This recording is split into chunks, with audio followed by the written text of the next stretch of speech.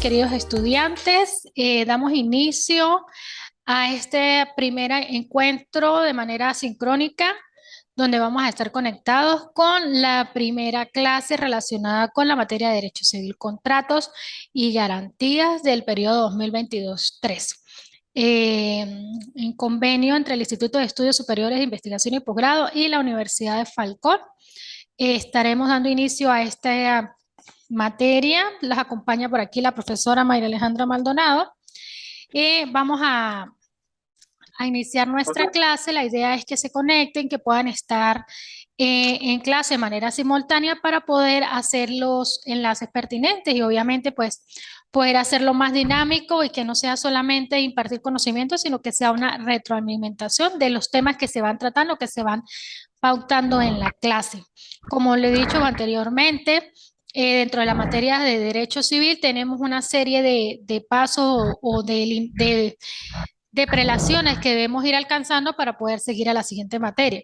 Dentro del derecho civil encontramos que primero vemos derecho civil personas, luego vemos bienes, luego vemos obligaciones y posteriormente vemos civil 4, que son contratos y garantías, que son todas aquellas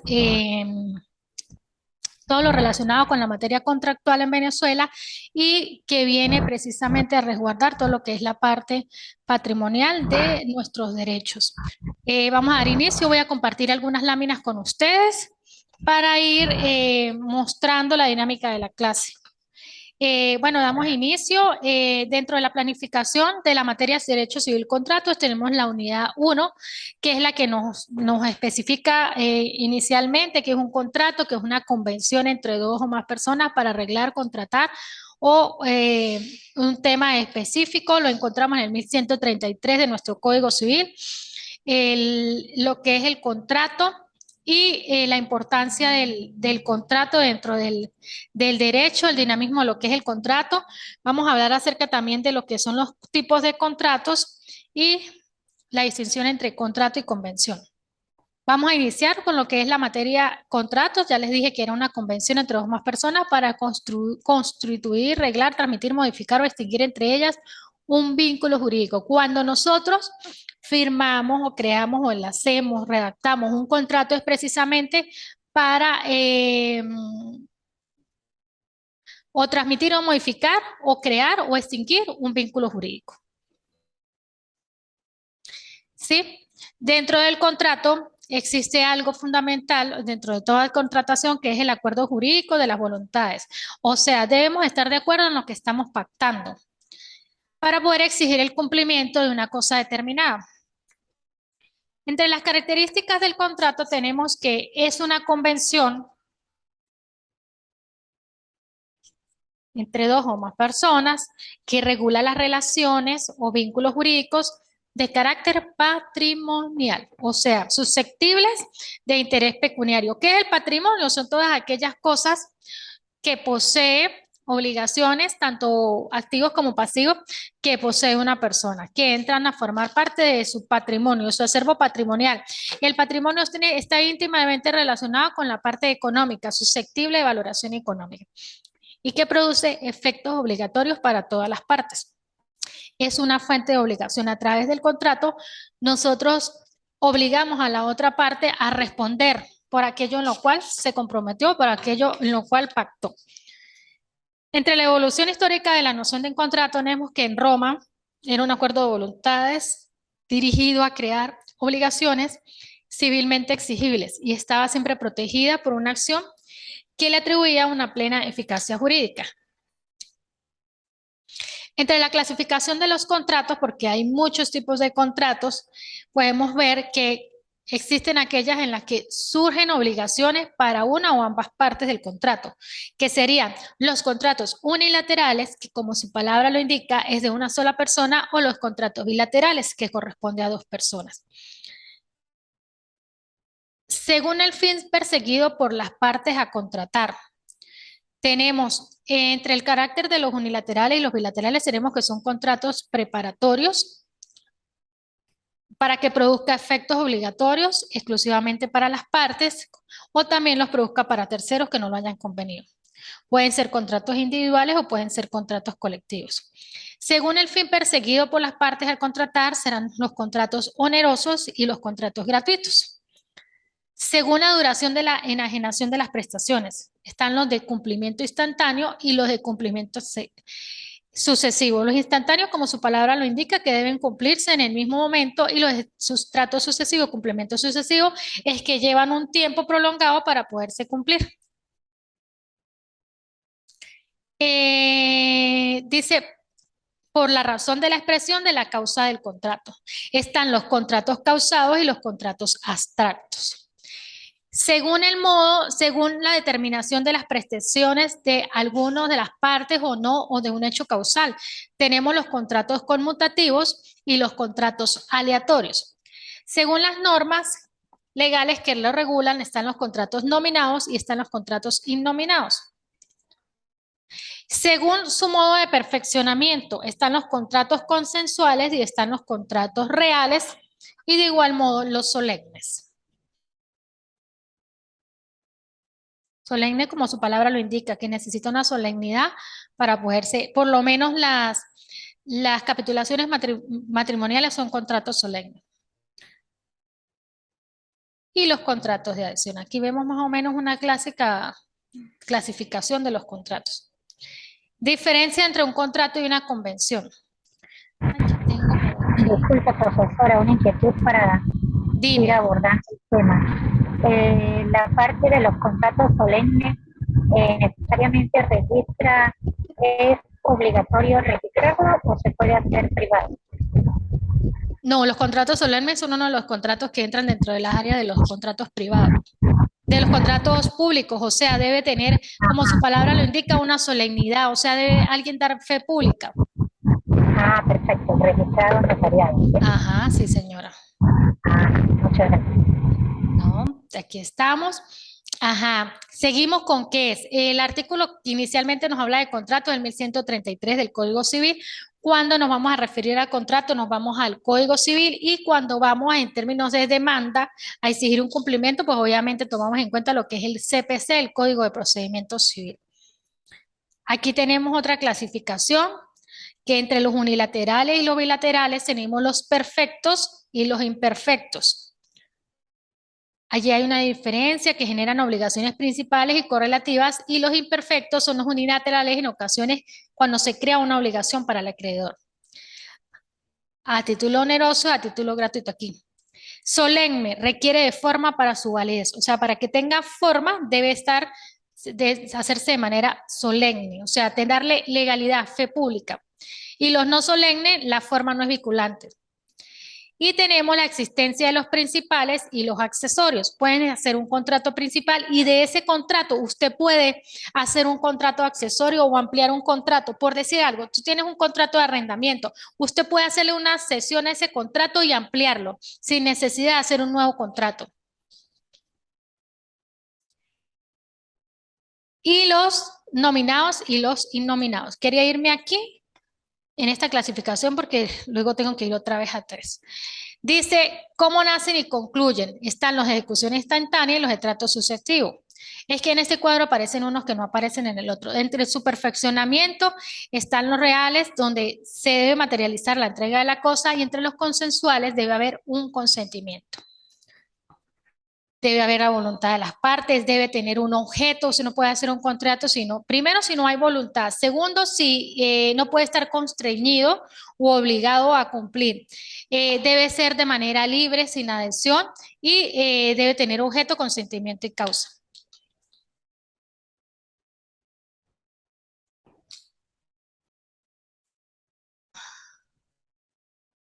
Ajá, diferencia entre lo que es un contrato y una convención.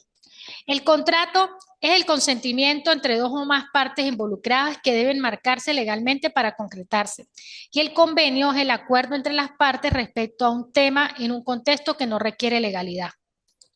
El convenio yo lo puedo hacer por fuera, con alguien, vamos a hacer un convenio, pero cuando hablamos de contrato, debe marcarse legalmente, o sea, debe tener una validez, ¿sí? Para que pueda ajustarse. Nosotros podemos utilizar contratos para cualquier tipo de cosa, para contratar una actividad, para contratar, podemos reglar a través del contrato una cantidad de situaciones, una cantidad de cosas que necesitamos hacer. El medio, el contrato escrito. El contrato debe ser por escrito y el convenio puede ser oral o escrito. Entre los elementos tenemos que el contrato es un convenio, pero que tiene soporte legal, porque obviamente está la voluntad de las partes.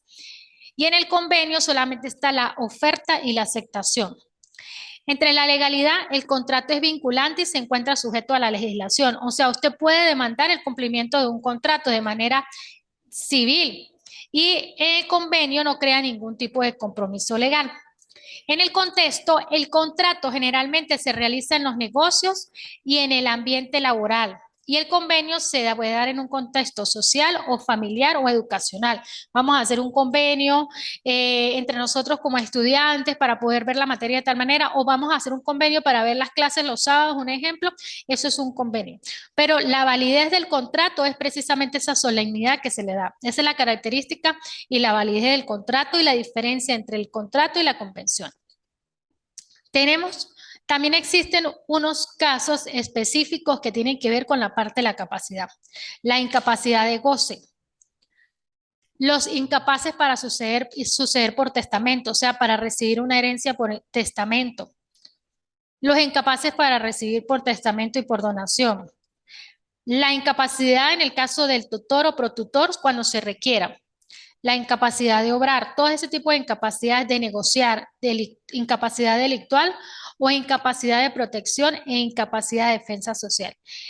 Recuerden que para nosotros poder contratar, para nosotros poder reglar, debemos tener capacidad. Si no tenemos capacidad, pues obviamente no podemos someternos a una contratación porque no vamos a tener cómo responder. Y hablo de muchas formas, la capacidad, desde diferentes áreas que las podemos ver.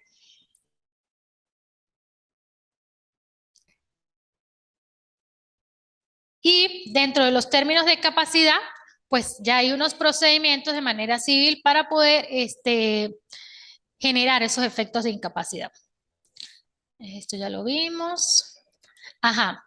Aquí también tenemos otras diferencias que tenía por allí entre el contrato y la convención, que el contrato es un acto jurídico, debe haber un consentimiento de dos o más personas, o sea, ser unilateral o bilateral, o sea, bilateral, genera obligaciones civiles. Recuerden que precisamente el término de obligaciones se usa para constreñir a una persona al cumplimiento de una determinada obligación.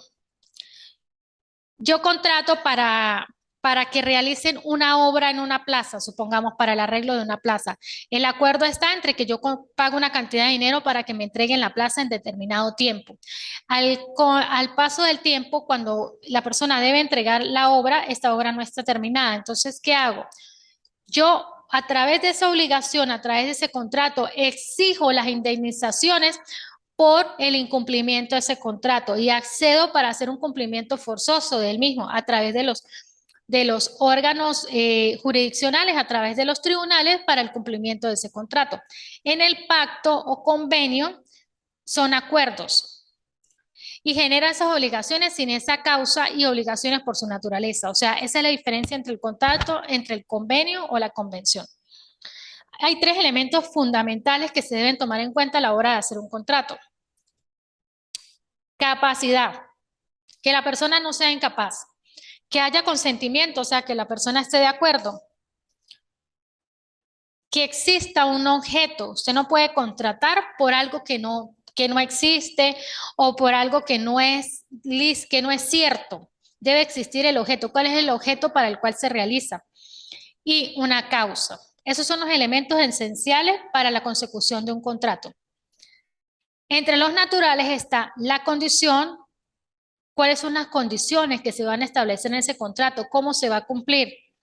El término, o sea, las fechas. Ah, bueno, este contrato va a durar 6 meses, ese contrato va a durar 3 meses, 2 meses, de acuerdo a nuestros intereses y pues a la obra que se vaya a realizar o a la actividad para la cual usted esté contratando. En cuanto a las partes accidentales, tenemos que hay algo que son voluntarias a las partes, como es la condición, el plazo, y el cargo. Entonces, cuando nosotros elaboramos precisamente ese documento, es buscando el cumplimiento de algo. Cuando hacemos un contrato de arrendamiento, ¿qué buscamos? El cumplimiento del canon de arrendamiento, que la persona me entregue el local o el apartamento de las mismas condiciones en las que yo le entregué. Para eso pactamos, para eso contratamos y para eso dejamos unas cláusulas.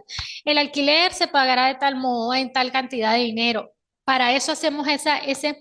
Yo siempre le he dicho a mis estudiantes, en términos de contratos hay que tener mucho cuidado, porque nosotros no podemos, ahí venga el modelito para hacer el contrato, no. Nosotros debemos ser creadores de contratos, porque en nuestras manos está la seguridad jurídica de nuestros clientes. Porque nosotros debemos prever anticipadamente lo que puede pasar al término de ese contrato, cuántas situaciones se pueden generar en la consecución del mismo, que existen también unas causas extrañas no imputables, obviamente, a la otra persona, que existen unas causas por las cuales los pueden exonerar, pero también existen unas cláusulas penales que nosotros podemos estipular para garantizar que esos acuerdos que están quedando allí en ese contrato se cumplan. Entonces, nosotros contratamos un ejemplo, compramos la construcción de una casa que hasta ahora está en un plano o está en una maqueta. Al paso del tiempo, el dueño de la propiedad nos dice que no nos puede entregar la casa porque se depreció el dinero, o sea, por la indexación se depreció el dinero y no puede entregar el bien. Nosotros podemos demandar a través de ese contrato cuando adquirimos, porque nosotros no tenemos la culpa como clientes de la situación, de la indexación, de la desvalorización monetaria que haya podido ocurrir, porque para eso se debe dejar previamente en el contrato las condiciones para entregar la cosa que nosotros estamos ofertando. Precisamente, yo siempre le digo a mis estudiantes, nosotros debemos prever todas esas situaciones en el momento en el que estamos redactando. No es actuar con malicia, es ir más allá de lo que pueda pasar. Por eso nunca nada está de más. En un contrato nunca nada está de más, porque todo puede ser necesario en un momento determinado. Aquí tenemos lo que es la parte de la capacidad, que es precisamente cuando son los adolescentes emancipados, cuando están autorizados, cuando tienen la actitud de ejercer por sí solos sus derechos o cuando la persona tiene la capacidad de obrar. Hablamos de lo que es la parte del consentimiento y de lo que es la parte expresa o tácita o la oferta y la aceptación. Entre el objeto, las causas del contrato pueden ser legales, comerciables, valorables o determinables y acorde con la moral y las buenas costumbres. Nosotros no podemos contratar por algo que esté fuera de la ley o esté fuera de nuestro ordenamiento jurídico, sino debe estar dentro de los lineamientos. Y el fin que las partes tengan establecidas para contratar. Y las condiciones, término y modo, que son aquellas consecuencias que siguen del negocio aún ante el silencio de las partes. Existen también dentro de los términos de contratación lo que se llaman el error, los vicios en el consentimiento, algunos errores que pueden conllevar a la nulidad del contrato y el error que equivale al no tener consentimiento. Pues, entre los vicios del consentimiento tenemos lo que es el error del derecho. Tenemos si ese error pudo haber influido en el consentimiento para poder anular ese contrato. También tenemos los errores en el negocio, el error en la persona, que la persona no tenga la capacidad, o sea, que la persona no sea la propietaria de lo que están pactando, lo que están contratando, de lo que está quedando allí, que haya un error en la cantidad, que haya un error en el objeto y que no coincida con la voluntad o la manifestación de la persona. Pueden existir algunas cosas adicionales como la intimidación, el dolo o en este caso ejercer de algún modo algún tipo de coacción para que la persona firme ese consentimiento, para que esté en contra de su consentimiento, pero aún así la persona firme. Entonces son cosas que se pueden alegar en cuanto al tema de los vicios del consentimiento y algunos efectos que pueden generar la nulidad.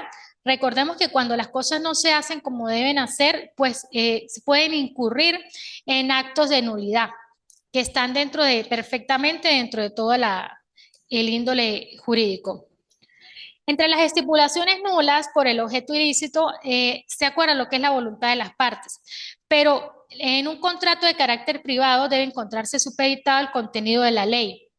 la Constitución y los tratados internacionales, así como de las legislaciones aplicables al contrato. Eh, es cuando nosotros pactamos por algo ilícito, o sea, no le podemos dar legalidad porque está fuera de lo que es el margen de la ley. También nosotros encontramos entre esos tipos de contratos, esos contratos privados, que nosotros decimos, oye, ¿será que este contrato privado tiene validez? Generalmente cuando pactamos, un ejemplo, una compraventa de un terreno que la persona no tiene propiedad porque es propiedad de la nación, del INTI, es un terreno ejido, generalmente se hacen contratos privados porque no existe, no se encuentra registrado, no es un terreno propio, ¿sí? Entonces pactamos. Pero recuerden que el documento privado tiene fuerza de legalidad entre las partes, ¿sí?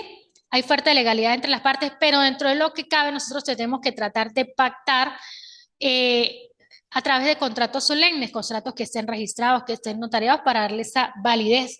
Pero cuando no se puede, pues nosotros acudimos a ese contrato privado precisamente para darle legalidad a ese proceso de contratación. Existen muchísimos tipos de contratos para muchas cosas. Nosotros podemos contratar bienes y servicios, podemos contratar, incluso yo lo comentaba en una clase anterior, existen países donde las alcaldías o las gobernaciones tienen empresas que contratan para todo. Una empresa para que haga el mantenimiento de las áreas, otra empresa para que haga el mantenimiento de las áreas verdes, un ejemplo, un contrato para las personas que, o sea, para todas las áreas, y empieza esa como esa subcontratación adicional para evitar la carga de los empleados públicos. Entonces prefieren contratar con determinada empresa y esa empresa se encarga de constituir todo lo que es el tema de prestaciones sociales con esos trabajadores. Cada país lo ve desde su punto de vista. A nivel mundial, pues cada país tiene su forma de arreglar estos términos. Obviamente, siempre que nosotros utilizamos los términos de contrato, siempre que buscamos proteger las garantías de nuestro cliente, proteger el patrimonio de nuestro cliente.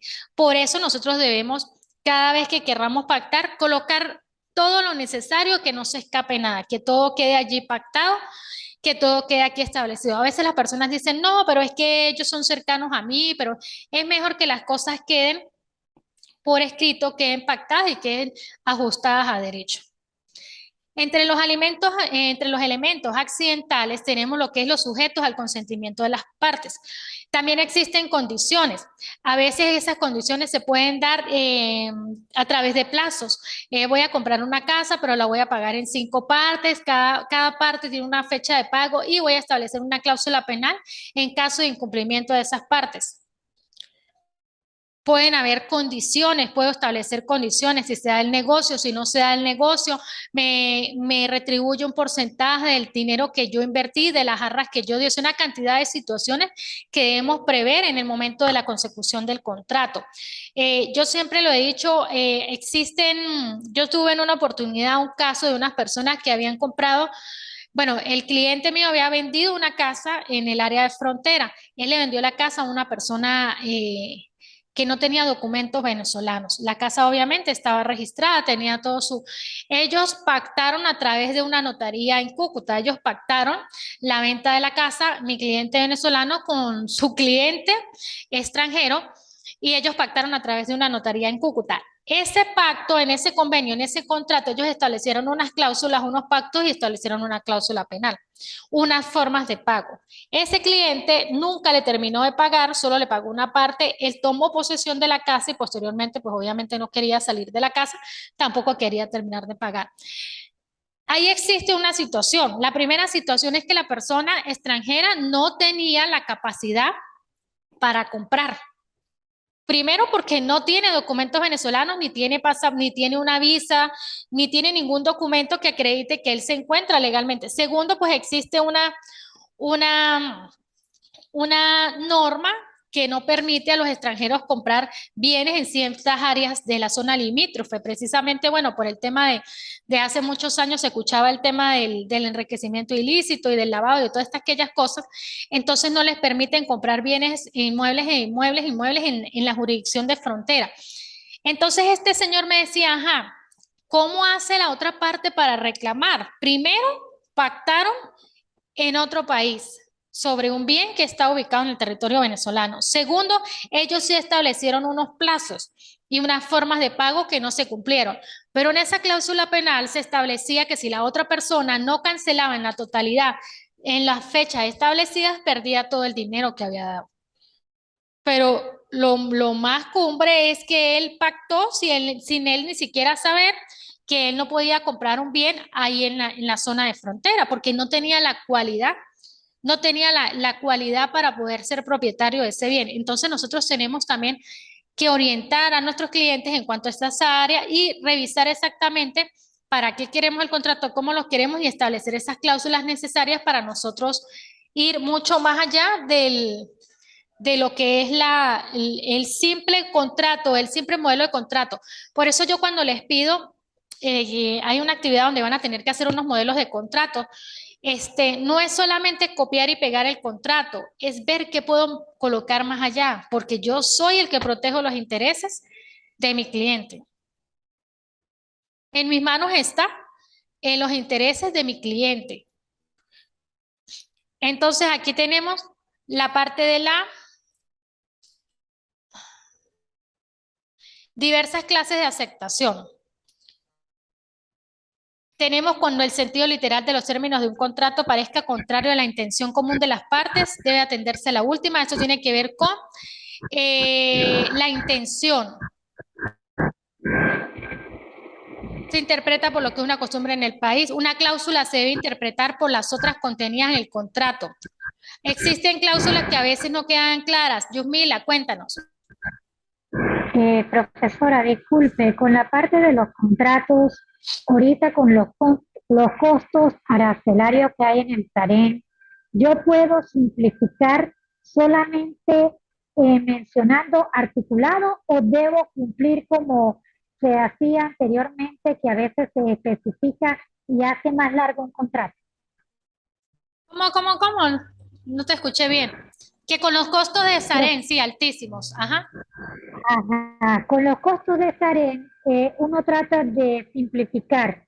¿Puedo simplificar un contrato haciendo mención del articulado o debo especificar todo bien explicado? Puedes ampliarlo, tú puedes hacer una ampliación de contrato, una adhesión al contrato. Que si ya tienes un contrato notariado, hacer una adhesión a ese contrato y haces mención al contrato anterior y le haces una adhesión de las cláusulas que quieres estipular adicionales. La cláusula que quiero estipular, pero no me supe explicar.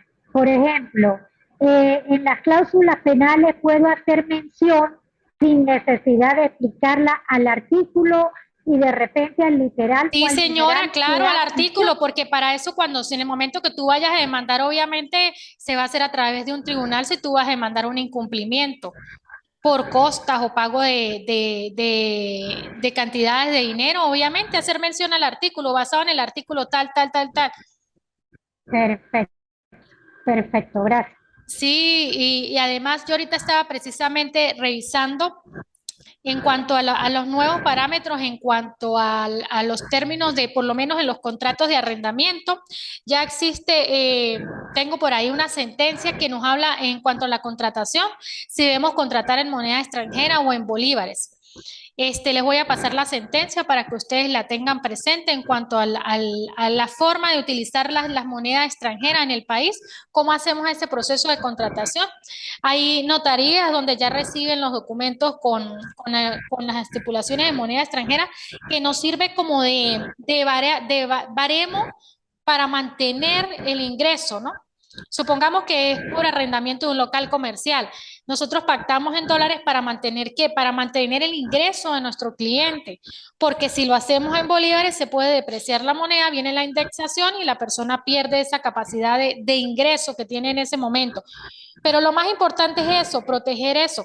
Ahora vemos que había algo que nos preocupaba mucho, que era el término, la parte de cumplimiento de los plazos en cuanto a arrendamiento de locales comerciales. Ahorita hay una nueva sentencia del Tribunal Supremo de Justicia donde nos dice que al vencerse el contrato, o sea, el plazo, ya nosotros podemos solicitar el desalojo del bien, en este caso del local comercial. Déjame ver si lo tengo por aquí a la mano, una de las sentencias casi que nuevecitas del Tribunal Supremo de Justicia, que nos habla precisamente de, aquí la tengo, la sentencia 378 del 25 de julio del presente año, donde se desaplicó el contenido del literal E del artículo 41 de la Ley de Arrendamiento de Inmuebles para el Uso Comercial. De acuerdo con el contenido de la sentencia, a partir de ahora podrán arrendarse legalmente locales comerciales pactando en moneda extranjera. Perfecto, maravilloso. Ajá, y tenemos por aquí también hay otra sentencia donde dice sentencia número 290 de fecha 7 de julio del 2022 de la Sala Constitucional donde se ratifica el criterio en materia de arrendamiento de locales comerciales. Vencida la prórroga, el propietario puede exigir la entrega o el secuestro del inmueble. Recuerden que la ley de arrendamiento inmobiliario especifica una prórroga que de acuerdo a 1 a 2 años al tiempo que tenga el contrato se le da la Ajá. prórroga de ley. Al vencerse esa prórroga, usted puede solicitar de una vez el exigir la entrega o el secuestro del inmueble de manera inmediata. Esto le da mucha tranquilidad a Doctora, aquellas personas. Dime. algo rapidito, rapidito. Una persona que tiene 10 años arrendado, anteriormente con los plazos eran 2 años, va a renovar y va a hacer un nuevo contrato, pero ya no entra el mismo arrendatario, sino que ahorita es otra persona, me explico. Eran los hijos, ahorita arrienda la mamá. Con esa nueva sentencia, los 10 años atrás, queda muerto. Ya no tengo que, por ley, los 2 años que le correspondería. Pues yo lo haría, yo les daría la prórroga y que vencía la prórroga me entregaran. Si le voy a alquilar, le voy a alquilar a una persona diferente. Si en ese caso ya no serían los hijos, sino sería la mamá, pero yo les daría o que ellos me firmen como si yo ya les hubiese dado la prórroga. Si es una convención y están de acuerdo, les paso y que me firmen como si le hubiese dado la prórroga. ¿Por qué? Porque nosotros debemos garantizarle a esa persona la prórroga, porque precisamente la gente siempre se agarra de ahí de que, oye, no me Sí, dieron la prórroga, pasé tantos años viviendo allí. Ahorita con los locales comerciales eso se ha flexibilizado bastante y nos ha permitido ampliar también el área de la parte de inquilinos, porque pues, había gente que durante un tiempo se reservó de alquilar por estas situaciones, pero ya ahorita pues abre el compás.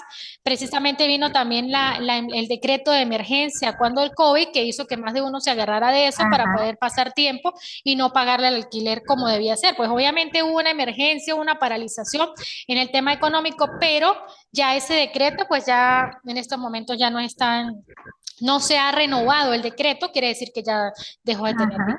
vigencia. Entonces, pues nosotros debemos tratar de siempre tener de darle a la persona la prórroga que le corresponde. Si la persona la tiene bien o mal, pero ofrecerla y que nos firmen esa prórroga de que la persona aceptó y que la prórroga está cumpliendo.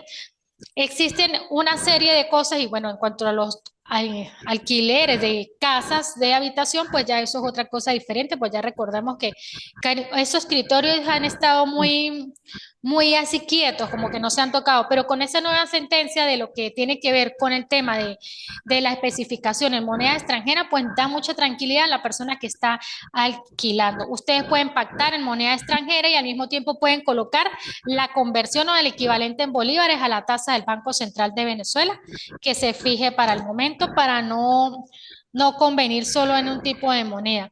En términos de contratación, Doctora, vuelvo y te digo, nunca está de más. doctora, por ahí leí que si de repente yo colocaba en un contrato moneda extranjera y la persona que va a cancelar de repente decide cancelarme en bolívares, si no se paga como se estableció en el contrato, desde ese momento queda anulado. ¿Eso es factible? Lo que pasa es que el contrato debe cumplirse tal como está establecido. Para eso existen para eso usted tiene como abogada que redactar ahí cuando usted redacta ese contrato, colocar cada uno de esas cláusulas. Porque la persona, eso genera una obligación. Cuando tú firmas un contrato genera una obligación y la obligación debe hacerse del modo en que fue convenido. Por eso te digo que Perfecto. cuando pacten, también pacten en moneda venezolana y colocan según la tasa del Banco Central de Venezuela, porque estás utilizando los dos tipos de moneda. ¿Por qué el Estado Ok. venezolano pacta en petros y te pone los aranceles en petros? Porque ellos así no se devalúa el ingreso de ellos, siempre va a permanecer porque se mantiene estable. Entonces tú ves que, oye, por eso es que los aranceles son tan altos.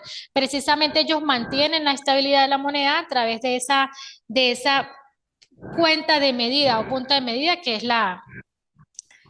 el petro, que es el que utilizan en el anclaje para poder hacer el cálculo de la conversión. Entonces vemos allí cómo en esa cláusula precisamente podemos establecer todo eso. Al incumplimiento del contrato permanecerá, para eso la cláusula penal es importantísima. Dejar bien establecido cuáles son lo convenido a celebrar. En el artículo 1167 del Código Civil, entre el contrato bilateral, dice que si una de las partes no ejecuta su obligación, la otra puede a su elección reclamar jurídicamente a través de tribunales la ejecución del contrato o la resolución del mismo, rescisión del contrato, con daños y perjuicios en ambos casos si hubiere lugar a ello. O sea, precisamente también hay actuaciones civiles que nosotros podemos hacer para irnos en contra de ese contrato. ¿Cuáles son esa voluntad entre las partes? Bueno, los efectos liberatorios, los efectos restitutorios y los daños y perjuicios que me pueda acarrear ese incumplimiento, que pueda acarrear ese incumplimiento de contrato. Estamos pues a 1 minuto de terminar la clase, no sé si quieres agregar algo más. Lo que yo les puedo Profesora, le decir es que en agradezco términos de las contratos nunca nada gracias. está de más. No te Ajá. escuché. ¿Sí me puede hacer llegar las sentencias? Sí, señora, yo la voy a publicar voy a colocar el número y todo en la próxima clase la coloco en una lámina o si no lo voy a agregar en la página de la universidad, donde yo tengo todo el material, lo voy a agregar allí para que la tengan a mano. Eso es, ahorita nosotros debemos estar pendientes de todo lo que nos ofrece, bueno, estamos unos minutos de terminar. Continuamos en la próxima clase con todo lo que es lo que tiene que ver con los efectos restitutorios de los contratos y la forma de terminación de los contratos.